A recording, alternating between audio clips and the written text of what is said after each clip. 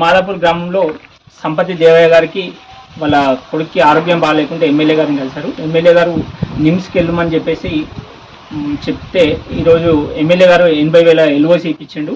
అట్లనే మానకొండూరు నియోజకవర్గంలో అత్యధికంగా 2,50,00,000 రూపాయల వరకు ఇప్పటి వరకు మన ఎమ్మెల్యే గారు ఆరోగ్యం సంబంధించిన ఎల్ఓసి ఇప్పించడం జరిగింది. ఇది కాకుండా అత్యధికంగా కూడా మనం సీఎం రిలీఫ్ ఫండ్ కూడా మన దగ్గరికి వెళ్ళి అత్యధికంగా అప్లికేషన్స్ కూడా పోయినాయి. అవి కూడా త్వరలో రిలీజ్ అవుతాయి. ఎమ్మెల్యే గారికి ఆరోగ్యం మీద దృష్టి పెట్టి ప్రతి పేదవానికి పార్టీల అతీతంగా సాయం చేస్తున్నందుకు డాక్టర్ కోంపల్లి సత్యనారాయణ గారికి మాదాపూర్ గ్రామ ప్రజల తరపున ధన్యవాదాలు.